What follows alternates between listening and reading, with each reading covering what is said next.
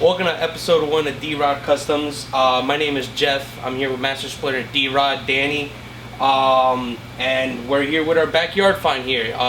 Explain a little bit about this little seafoam turquoise metallic colored car. This is a 1973 2002 Tii. This vehicle is going to be restored next year, but for now we're going to use it as a backup to see if my idea is going to work. We're trying to put this fuel injection system. We used a lot of these systems in these old cars, muscle cars, but we haven't had no problem. It seems to be working fine, no complaints. So my idea was try to install this setup into this little car. The carburetor system is very unreliable, problematic, never works correctly, whether you have a big cam, small cam. So also the idea is trying to incorporate to see if we can put a turbo in here.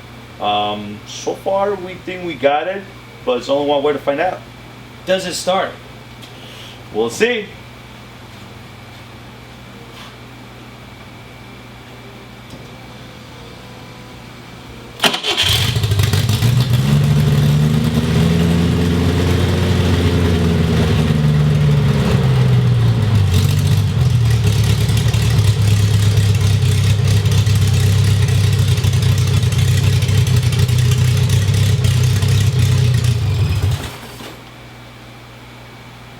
Definitely starts, and a lot better than most people's cars nowadays.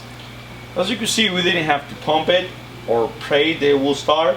Very simple setup. The Holley Sniper 550 comes with everything: fuel lines, a fuel pump, temperature sensor, oxygen sensor. So it comes with everything. It's a very complete kit, and you know, it's not. This is a true plug and play. Did you have to do anything else custom to the car to really make this? Because it's a 4-barrel, yes. Right? It's originally a 2-barrel, I think. Yeah, it's a 2-barrel. We play a little bit with the intake just to make a 4-barrel fit in there, and you know, it's not a big deal. We just got to plate and clean it a little bit, and other than that, just run new lines to the fuel cell that we have in the back. It's send and return, and that's pretty much it. It's a very simple kit. Definitely starts right up. A lot better than most cars. Next couple episodes, it's installing the turbo kit, so make sure you follow us, and hopefully we either don't blow up or catch on fire. Yeah. Back again here. Now we have our actual parts for the actual turbo install.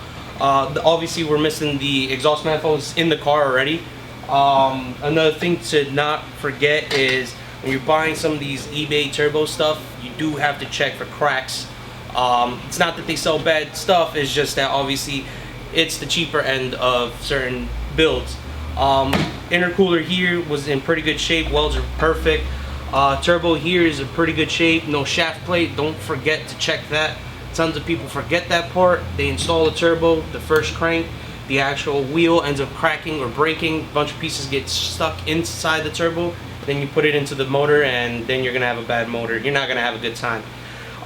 Turbo that we have here is not water cooled, so we also don't have to worry about any water inlet or outlet. We have the cooling fan right there, a bunch of piping that came with the turbo kit from eBay, so we got everything, all the elbows, the straight, anything you pretty much need to make this actually work. Don't forget though, this car is still from the 70s, the motor's from the 70s, the trans is still a 4-speed. The car has its original engine harness. It's not a new motor swap. It still uses a distributor. It still uses its original coil pack. Nothing but a exhaust manifold right now. And the best part about it, 2012 technology when it comes to fuel. The Holley EFI kit here, which Danny's going to explain a little bit more about it. This is pretty much what's running the whole car right now.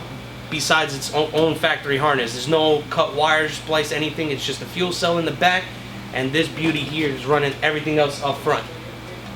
Well, this is a very simple kit, pretty much that they sell. The Sniper kit comes with everything. The best part is that it comes with an oxygen sensor. We have a temperature sensor and the screen. The screen goes inside. Pretty much this is how you tell the computer what kind of engine size you have and everything. So this is a really true plug and play, which you don't need a programmer or to buy an expensive computer or wire harness. This is like one of the best systems out there because you just gotta figure out how to pretty much make it into a 4-barrel. So that was our secret, pretty much trying to make that little 2-barrel into a 4-barrel setup. We got it done. So the next step will be is pretty much starting to fit the turbo in all the piping around the car, so we could go ahead and get the turbo going with the fuel injection system. Remember, the best part about this doesn't take an actual certified tuner to tune it. I've seen it work myself.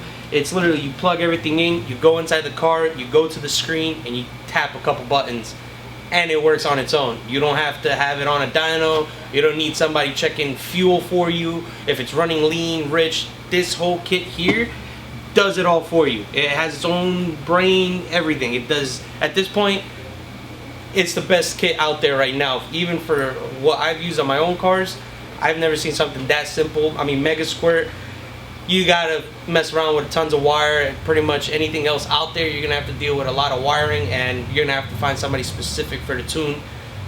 This though doesn't really take a certified tuner to do it. You pretty much plug everything in, and it works. You've seen it in episode 1. Car starts right up, nobody in the car, and it stays running. Now the next step is putting this turbo in and making it run with a turbo, and hopefully we can get a good amount of numbers out, a boost. One without TikToking the motor or catching on fire ourselves.